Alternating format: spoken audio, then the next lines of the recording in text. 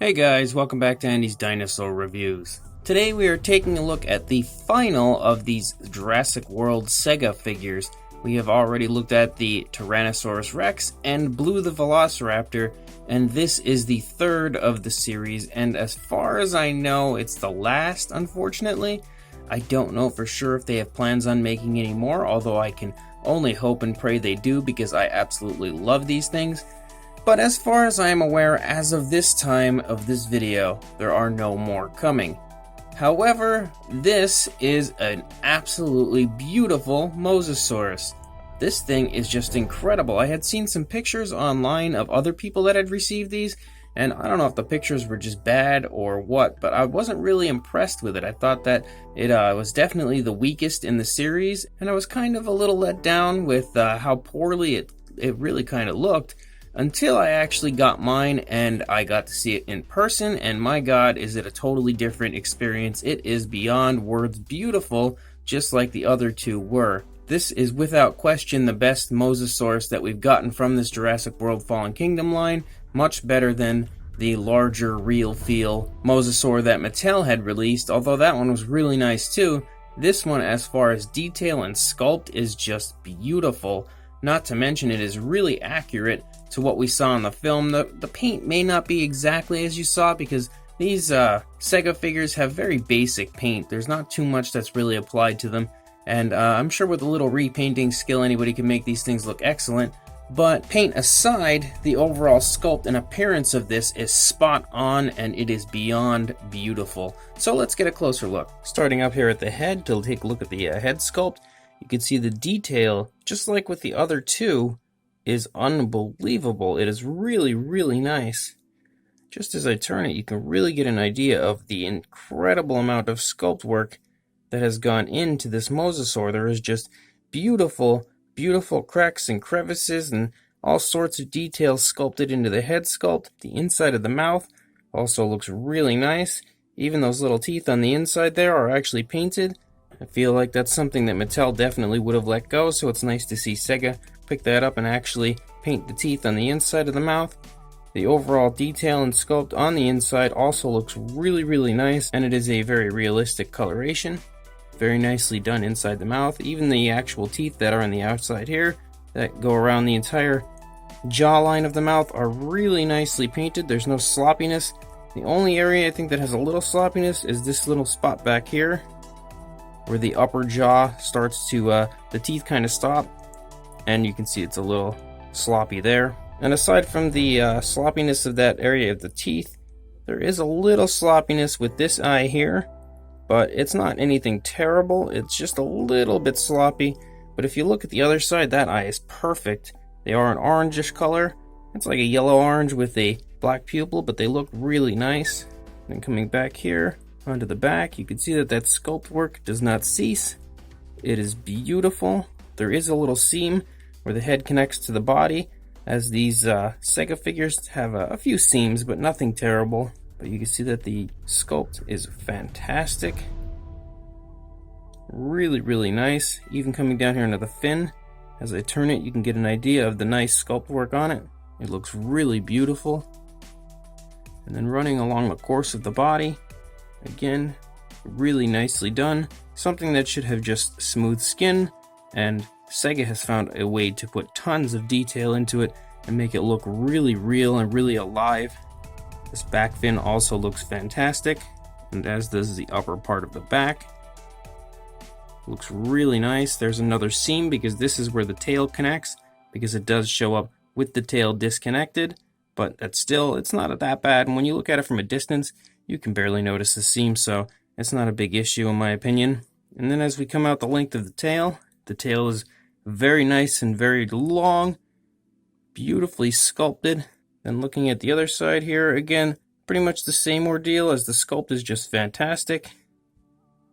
It looks really nice no matter where you look at it. You can see that it obviously has a hole on the underside here, and that is because that is where you connect it to the base. The underside is just this nice light gray coloration, but it looks good. Very nice and naturally applied. The overall paint is pretty basic. And as I've said numerous times, a lot of these Sega figures are very basic paint, but they look very good, and it is applied in a very nice, natural way. So even though it's a little, like I said, basic, it still looks really good on the figures, regardless of the fact that they haven't included all the different tones and perfect coloration that these creatures do have in the film. It still looks really, really good. And then you get this base here that actually comes in two pieces, and you just snap it together. And I really like the base. I love the fact that you get a Jurassic World Fallen Kingdom logo right there on it. And there's nothing really too special to it, but it's really nice. I also like the fact that it is blue. Since it would be in the ocean, it would have some nice blue water. So the overall base is just absolutely beautiful. Then to connect it to the base, you simply take this little knob up here, just push it into the body, and then you set it down,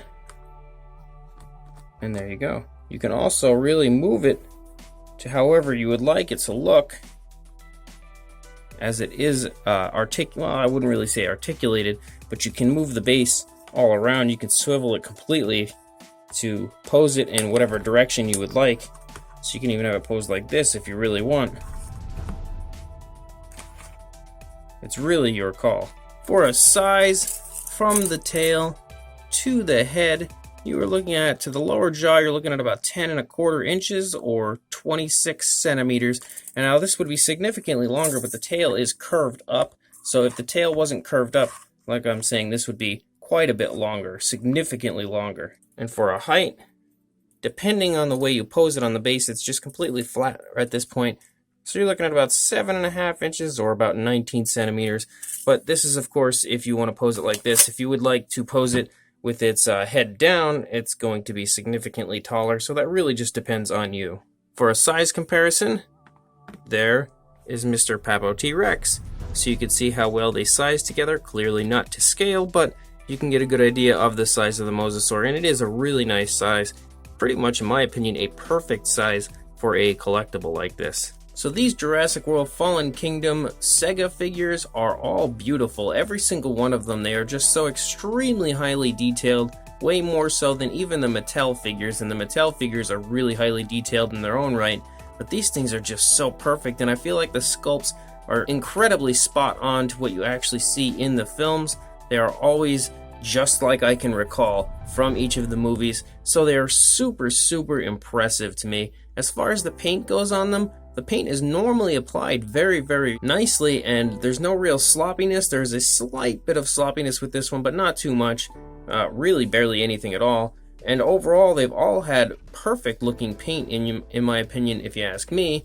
But they're just a little basic as far as the paint applied, which is the same again as the Mattel figures. They don't include too much paint that's going to really make it look exactly like it looks in the movie, but it's enough to make you realize that that is what it is. And I think they still look really good. With a little repainting, they would probably look perfect and would look just as good as any of those high-end collectibles that Chronicle or any of those places produce on a regular basis. I think these things could look just as nice, if not better, as those.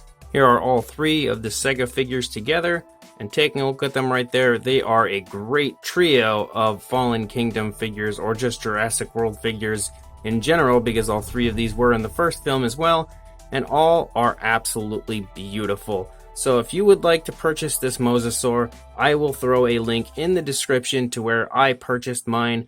I believe it's about $25 or somewhere in that general vicinity, and in my opinion, that's a very good price for something that is as insanely nice as this Mosasaur is. I will also throw links to the reviews of these other two, the Blue and the T-Rex. If you are interested in buying those, there will be links in the description of those reviews as well. Either way, I think they're all fantastic, and they are absolutely worth purchasing and owning. They are great, great collectibles. So go ahead and go buy all three if you would like, and please like, comment, and subscribe, and I will see you in the next review. Thanks for watching.